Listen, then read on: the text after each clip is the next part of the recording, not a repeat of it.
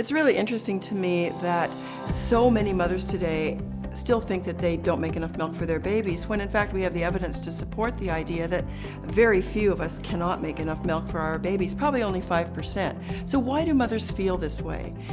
What evidence shows is that the leading cause of breastfeeding failure is the belief that we don't have enough milk, and that's contributed to by not having the education that tells us not only how milk is made, but how to get milk started and how to maintain a good supply. Babies have tiny stomachs. Their newborn stomach is about the size of this marble, which holds about a teaspoon of milk.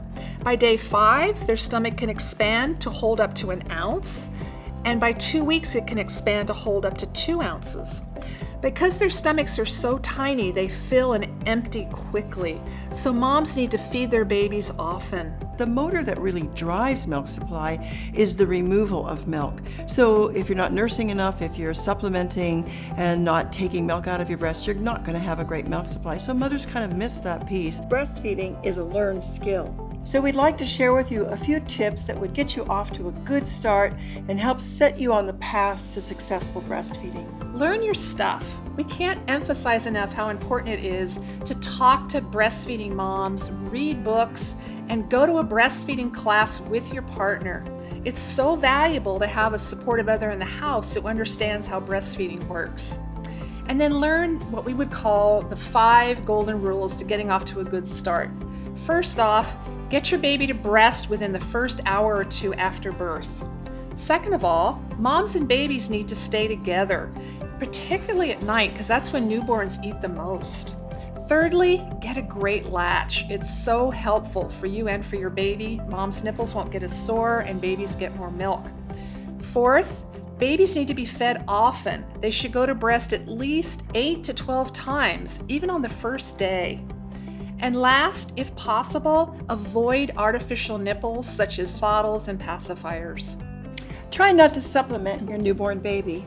Healthy, full-term babies usually don't need it. This is what is known as a side lie position, and this is excellent for moms who would like to get a nap and rest with their baby. It's also great for new moms who have just delivered and they have a really sore behind from stitches and or hemorrhoids, because it keeps the pressure off your back. To do the side lie, the mom simply lies on her side, as you can see this mom is doing. Put a pillow or 2 underneath your head and shoulders, whatever is comfortable for you. Your bottom arm is kind of pulled up out of the way. You can tuck a pillow behind your back if that helps you to be more comfortable. And you might want a pillow between your knees. Your baby is placed on their side on the mattress, and you might want to start them with just a little bit lower than your nipples so that they can lift up to latch on. The mom uses the arm opposite the breast to bring her nipple up into the baby's mouth to help them latch, supporting the baby with her other arm. And this little baby's pretty sleepy, but we'll see if we can get him to come on. There you go, buddy. There it is. There you go. There you go. Perfect. And he's on. And many moms just fall asleep and get a really nice nap, which is perfect because new moms are always looking for a little opportunity to do that. A lot of people are confused about how long to breastfeed a toddler and if it really makes any difference at all.